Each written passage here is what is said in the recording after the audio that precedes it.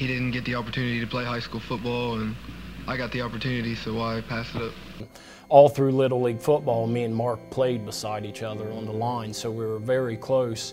And then after his passing, his mother and father asked if I would continue to wear his number, 77, and I was just floored and honored. That senior year, it kind of got amped up even more because it was Mark's senior year too. Every practice, every weight room session, every game, I was, I guess, playing for him, and it was more letting his legacy live through me, so his parents could see that number on that field. Nate wearing 77 was, we all loved that. We wanted 77 on the field, and we all bought into that. And the way we ran our offense, I had the opportunity to score the most. And it gave me an opportunity to celebrate Mark for everyone else, because they didn't get to do that. They didn't get to run across the end zone. They'd come celebrate with me, but they all knew what I was doing. So I pointed to the sky every time I scored a touchdown that year. And we didn't tell anybody. I don't know that anybody ever knew that. Coach Holbert wouldn't tell you this, but the third touchdown at Belpre, I started pointing a little early. I think Coach Riz was running the sidelines with me. When I went in the locker room, Coach Holbert was, "Dag nabbit, Eric. You can't celebrate that." Or that was about as upset as he got. He didn't really enjoy me celebrating before I got across the end zone. And I don't even know if he knew why I celebrated. I don't think I even told him why I did that.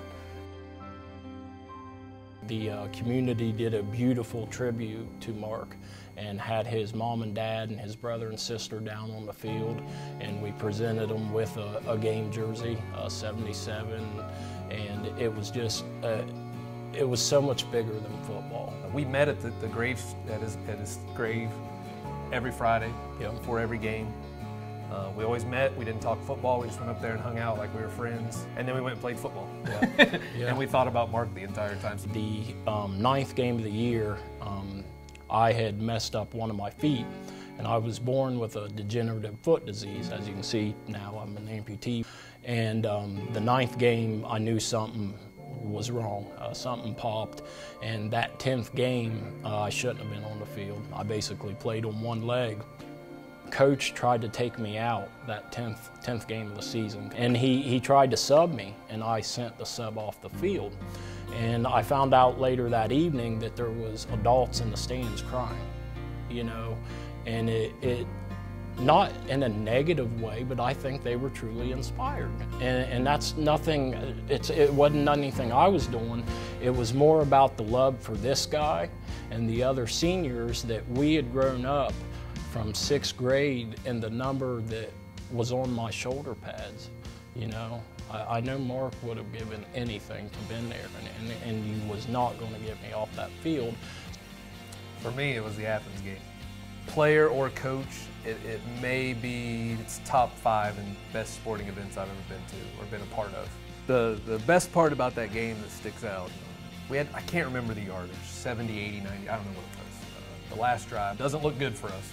We got to go the length of the field.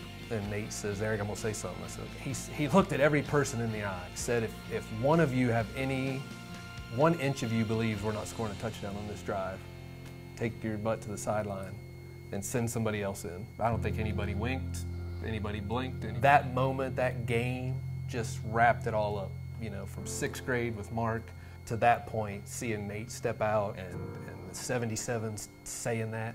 Mark would have done that. He would have done that. Had I, had he been there. I don't know if it got more special than those 4 weeks. Those 4 weeks did. Besides the traveling time when Mark was with us, when you got ice cream, win, lose, or draw, you know, those were even better. I would want to tell him that I hope we carried his memory the way he wanted it. I would hope that everything we did, it wasn't. You know, everything we did was so selfless, and I hope he was able to watch his parents enjoy some of that through us. I hope he was able to watch his siblings, his brother and sister. I hope he was able to watch his friends succeed, and he had a part of that. Whether he was here physically or not. He was here. I hope that he was here. I hope that he enjoyed it as much as we did. We think he did. And it seemed like he was there with us. You know, he was there. Every second. Life isn't fair, but that is no reason not to go do something great and give yourself to other people and lift them up and make them better through whatever you're asked to walk through.